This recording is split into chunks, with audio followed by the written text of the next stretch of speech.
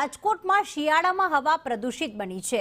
શહેરના અનેક વિસ્તારોમાં AQI 300 ને પાર થયો। સોરઠિયાવાડી સર્કલ પાસે AQI 353 નોંધાયો, જ્યારે સેન્ટ્રલ ઝોન કચેરીમાં AQI 324 ને પાર। જામ ટાવર વિસ્તારમાં AQI જે છે 338 ને પાર થયો છે। રજકણ અને ધુમ્મસની માત્રાથી પ્રદૂષણ વધ્યું છે।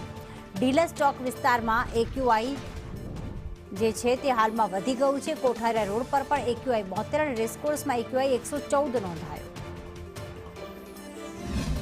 રંગીલા રાજકોટ શહેરમાં છેલ્લા એક સપ્તાહની અંદર પ્રદૂષણનું સ્તર છે તે ઉચ્ચતમ જોવા મળી રહ્યું છે। છેલ્લા 24 કલાકની અંદર AQI નો જે આંકડો છે શહેરના અલગ અલગ 3 વિસ્તારમાં 300 ને પાર પહોંચી ગયેલો જોવા મળી રહ્યો છે। મહાપાલિકા દ્વારા શહેરના અલગ અલગ વિસ્તારની અંદર પ્રદૂષણનું સ્તર છે તે માપવા માટેના ખાસ મશીનો છે તે મૂકવામાં આવ્યા છે, જેમાં જામ ટાવર ચોક હોય, સોરઠિયાવાડી સર્કલ હોય કે પછી રાજકોટ મહાપાલિકાની સેન્ટ્રલ કચેરી હોય, આ ત્રણેય સ્થળો એવા છે કે જ્યાં સૌથી વધારે પ્રદૂષણ નોંધાયું છે અને AQI નો જે આંકડો છે 300 ને પાર થતો જોવા મળી રહ્યો છે।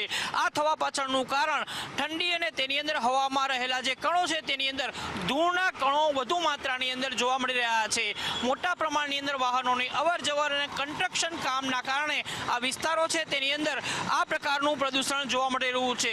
પ્રદૂષણનું સ્તર દર વર્ષે શિયાળાની અંદર વધી જતું હોય છે, પરંતુ આમાં પણ એ નોંધાયું છે કે શહેરના અલગ અલગ વિસ્તારમાં અલગ અલગ કલાકોએ પ્રદૂષણનું સ્તર છે તે વધુ માત્રામાં જોવા મળી રહ્યું છે। પ્રદૂષણના સ્તરને ઘટાડવા માટે મહાપાલિકાએ કોઈ પગલાં ભરવા પડશે એ પ્રકારની અનુભૂતિ અત્યારે શહેરીજનો કરી રહ્યા છે। કેમેરામેન માધવ ભટ્ટ સાથે મયુર સોની, સંદેશ ન્યૂઝ, રાજકોટ।